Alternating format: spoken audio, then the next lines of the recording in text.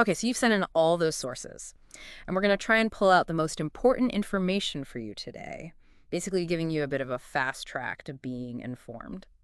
Exactly. And I think for this deep dive, what you've given us is excerpts from the Complete Guide to Beginning Bodybuilding. So we're really going to get into how to build some muscle and how to get stronger. Yeah, that's right. So it's like a guide for anybody who's just getting started with weight training, right? And our goal is to kind of distill it down to exactly what you need to do if you're thinking, okay, I'm going to start bodybuilding. How do I even start? I mean, I guess you don't just walk in and start lifting the heaviest weights, right? No. The guide really emphasizes planning. Before you even get to your first workout, take a look at your current training, look at your fat loss goals if that's part of your goal. Yeah. It even says to write things down. Yeah. Which seems a little like, I don't know, old-fashioned, right? Yeah. Like pen and paper. But there's something about writing it down. There's something about putting pen to paper. Yeah. Putting it down makes it real, makes you more committed to it. Absolutely. The guide actually gives an example, like lose 3 inches around my waist in 3 months. Something specific and measurable. Yeah. And it's something that you can really shoot for, right? Totally. And I think starting out, it can be very overwhelming. Yeah. When you're first thinking about this. So I think this is all about building that roadmap. Okay, so then it gets into like the workouts, and I think the way this is laid out is really good because it breaks it down into like phases, right? Yeah. Like for the first 3 weeks, it's like, what's going on in those first 3 weeks? Those first 3 weeks, weeks 1 through 3, are about building that base. So they recommend full body workouts, working out 3 times a week, doing all the major muscle groups. And it says compound movements, right? Yes. Barbells and dumbbells. What does that mean? Compound movement. What's a compound movement? Compound movements are movements that use more than one joint and more than one muscle group. So if you think about a squat, that's your hips, your knees, your ankles. It's your quads, your hamstrings, your glutes. So it's a big multi-joint movement. Bench press, same thing. It's your shoulders, your elbows, it's your chest, your shoulders, and your triceps. So those are compound movements as opposed to an isolation exercise. Gotcha. Something like a bicep curl. So as a beginner, this is incredibly efficient because you're getting more muscle activation with each exercise. It's going to save you some time. And it's going to help you kind of develop that mind-muscle connection as a beginner, right? Yeah, okay. Also, these larger multi-joint movements, studies have shown that they trigger a greater anabolic hormone response, right? Really? Which is what's responsible for building muscle, right? I would think that you need to like really target each individual muscle to make it grow. Right. But if you're saying you want to do these like big compound movements, it's kind of the opposite of what I would think. Yeah, but you're creating that hormonal response, right? Oh, okay. That anabolic response that's going to help you grow. And it's keeping the repetitions, the number of times you do the exercise, mostly in that 8-12 range. Which, again, is a good kind of sweet spot for building some foundational strength and just getting your muscles used to doing the work. Yeah. Now, it's worth noting, too, the guide includes drawings of these exercises. And it's important to remember that they're just examples, right? This isn't an exhaustive list. You can do a lot of things. But these are just examples of types of movements. Gotcha. Okay, so you do that for the first 3 weeks, getting comfortable with these full body workouts. What about 4 through 6? What shifts there? So 4 through 6, the intensity's starting to increase. So now you're going to go to 2 resistance training sessions per week, right? So it's a little less often, but the idea is to push yourself a little harder in those 2 sessions. You've been working out for 3 weeks. Your body's adapted to that initial workout. So you're going to push yourself a little more in these next 3 weeks. Still looking at those 45 to 60-minute workouts. Still using those fundamental exercises. Really want to feel like you've worked hard, like you've challenged yourself. Yeah. But you don't want to do so much that you're not going to be able to recover for your next session. Right. And it really emphasizes proper form, which is so important. You'd rather lift a little bit less weight with good form than lift a lot of weight with poor form and hurt yourself. Yeah. Especially at this stage. That makes sense. You're building that foundation. Yeah. So if you build a strong foundation, the rest will come. But if you build on a weak foundation, that's when you're going to get hurt. So we have this foundation, right? You've been working out for 6 weeks. Now we're moving into weeks 7 through 12, I think. Yes. And it seems to change again here. It does.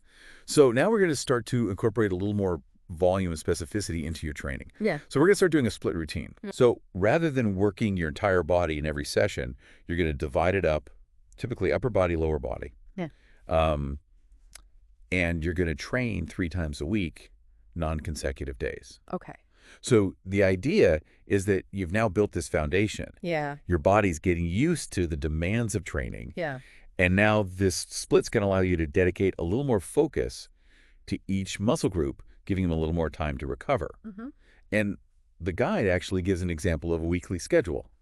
Oh, does it? Yeah. So it would be something like Monday you do workout 1, which would be, let's say, your upper body.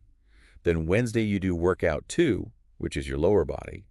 And then Friday you go back to workout 1, so upper body again. And then the following week you just shift it.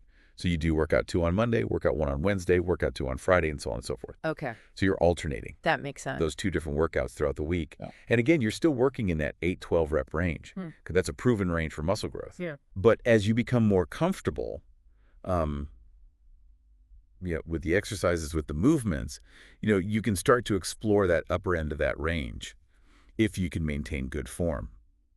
And the overall feeling at this point should be, you should definitely be challenged.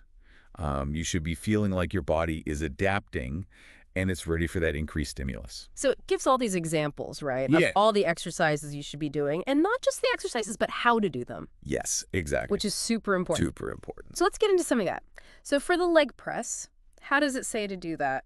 So the leg press, it's saying you're going to sit on the machine, you're going to load up the weight, back is firmly pressed against the back pad. Feet are going to be about shoulder width apart on the platform. Okay. What about the actual movement? So you're going to push the platform away by extending your legs, but you don't want to lock out your knees at the top. Yeah. So you always want to keep a little bit of a bend to protect the joint, and then you lower it back down in a controlled manner. The training tip here is to keep your lower back pressed firmly against the pad throughout the exercise. Okay. That's going to prevent your hips from lifting, and it's going to make sure that you're really targeting those leg muscles. Okay. And then how about the lying leg curl? That's a good one. The lying leg curl. So you're going to lie face down on the machine. You want to have the pad just above your heels. Okay. Not on your Achilles tendon. And you're just going to curl your lower legs up towards your butt, squeezing at the top. The training tip here is to try and maintain contact with the bench with your torso. Okay. Throughout the exercise. You don't want to be lifting your hips up, because that's going to mean you're using momentum. Gotcha. You want to really try to isolate those hamstrings. And the barbell wrist curl, I feel like a lot of people don't work their forearms. Yeah. So the barbell wrist curl is great for that. So what it's saying is you're going to have 2 variations. So one where your palms are up, and that's going to work your forearm flexors. Okay. Which are on the bottom side of your forearms. Right. And those are responsible for gripping and kind of bending your wrist upward. And then you have the palms down version, which is going to work your forearm extensors. Gotcha. Which are on the top of your forearm, and they help you extend your wrist. Sure. So for the palms up version, you're typically going to be sitting down. You can either rest your forearms on a bench or on your thighs. Okay.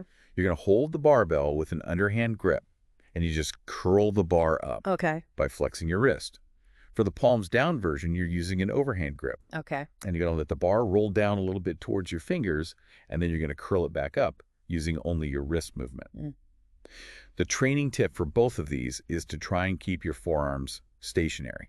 Okay. On the bench or on your thighs, and only move your wrists. And the classic crunch. Everyone wants that 6-pack. What's the key to doing a crunch? So the crunch, it's saying that you lie on your back with your knees bent and your feet flat on the floor. Okay.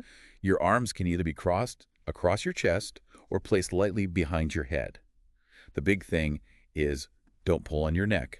Yeah. You're not trying to use your neck to do the movement. So the movement itself is a small, controlled curl of your upper torso upwards, focusing on contracting your abdominal muscles. So the training tip here is to keep your lower back pressed into the floor throughout the movement. Right. You're not trying to sit all the way up. It's a much smaller movement. Right. And it's really targeting those abdominal muscles. Okay. And then last, the Smith machine squat. The Smith machine squat. So you're going to position the barbell across your upper back and traps, similar to how you would with a free weight squat. Feet should be positioned slightly forward of the bar. You're going to lower your body down until your thighs are parallel or even lower if your flexibility allows. Yep. Push back up to the starting position, making sure you maintain control. The training tip here is this. It says to seek guidance on proper form from a qualified fitness professional, especially if you're a beginner. Because while the Smith machine can provide stability, the fixed path of the bar can sometimes kind of mask improper movement patterns. Okay. So if you don't have somebody who knows what they're doing, watch you do it. Yeah. You could still be doing it incorrectly. Yeah. So doing all these exercises, it gets into this idea of like the perfect repetition. Right. And really it's quality over quantity. Exactly. Right. So proper form isn't just about aesthetics. It's not about looking good. Right. It's about, number one, maximizing the effectiveness of the exercise. Yeah. So it's about stimulating the muscles the right way. And number two, and most importantly, it's about minimizing your risk of injury. And, it's talking about doing controlled movements. So that means you're lifting the weight, right? Yeah. With intention. Yeah. And you're lowering it with control. Yeah. You're not letting gravity do the work. Right.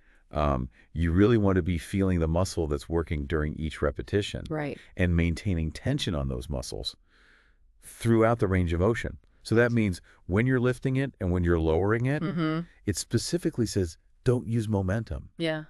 Jerky, uncontrolled movements. Because that's going to reduce the amount of work your target muscles are actually doing, making the exercise less effective.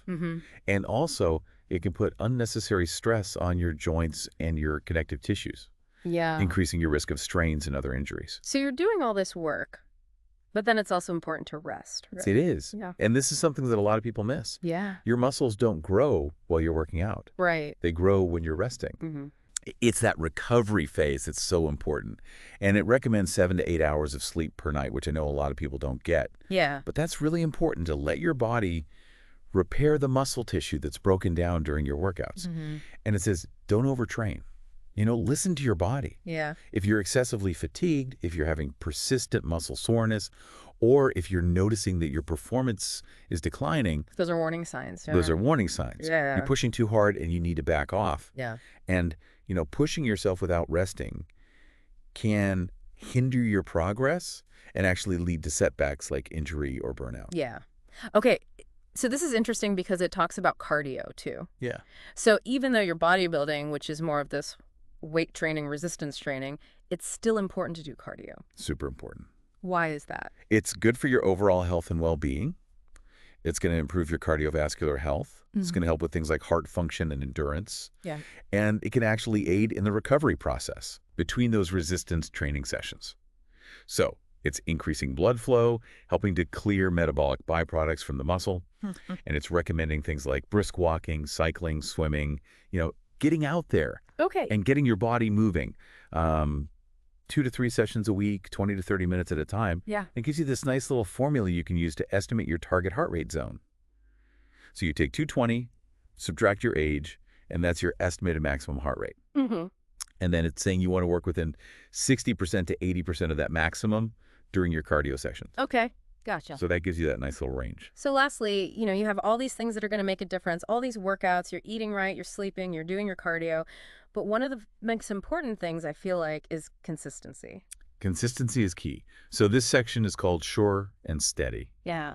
And it really emphasizes the importance of making gradual, sustainable changes to your lifestyle rather than trying to do too much too soon, because that's what leads to burnout. Yeah. You start off really intense and then you just can't keep it up. And you get discouraged. And it says seeing results takes time. You're not going to get ripped overnight. It takes dedication. It takes consistent effort over the long haul. There's no quick fix. Yeah. I think that's something that so many people struggle with, right? Yeah. Like we all want that immediate gratification. Right. But with fitness, it's just like you have to do it consistently and then you start to see those results over time. And that's what's going to keep you motivated and coming back for more. It's sticking to your routine, even when you don't feel like it. Yeah. Even when you're not motivated. That's what's going to help you achieve your goals. And that's where building those habits, those healthy lifestyle habits, is so important. Okay.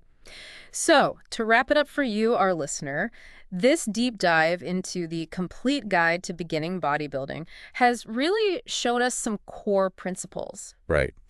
We started with the need for planning, setting those specific and measurable goals. Then we looked at the workout program, moving from those full body routines in the early weeks to the upper-lower split. We talked about how important form is. Yes. We went through some specific exercises like the leg press, lying leg curl, barbell wrist curl, crunch, and Smith machine squat, and how to do them correctly. And how important it is to do those perfect repetitions. Yes. Doing those controlled movements with proper muscle engagement, as well as that recovery. Yeah. Making sure you're getting enough sleep, listening to your body, not overtraining. And don't forget about cardio. Don't forget about cardio. Yeah. You're not just stuck in the weight room. Exactly. And of course, consistency. Yeah. It's a marathon, not a sprint. And this really, I feel like, is like a solid foundation for anybody who wants to get into bodybuilding. Yeah. And I think from here, it's like, okay, now I'm going to take what I've learned and research more, specific exercises or even variations on these exercises to figure out what's going to work for me and my body. Exactly. And don't be afraid to experiment. As long as you're maintaining good form and you're listening to your body. Yeah. There's a lot of different ways to get to your goal. Awesome. So I think the biggest thing is just to get started. Don't be afraid to start. Totally. Find a good program, be consistent, and the results will come. Excellent. Thanks so much. This has been really interesting. My pleasure. And we will see you on the next deep dive. Sounds great. All right, bye.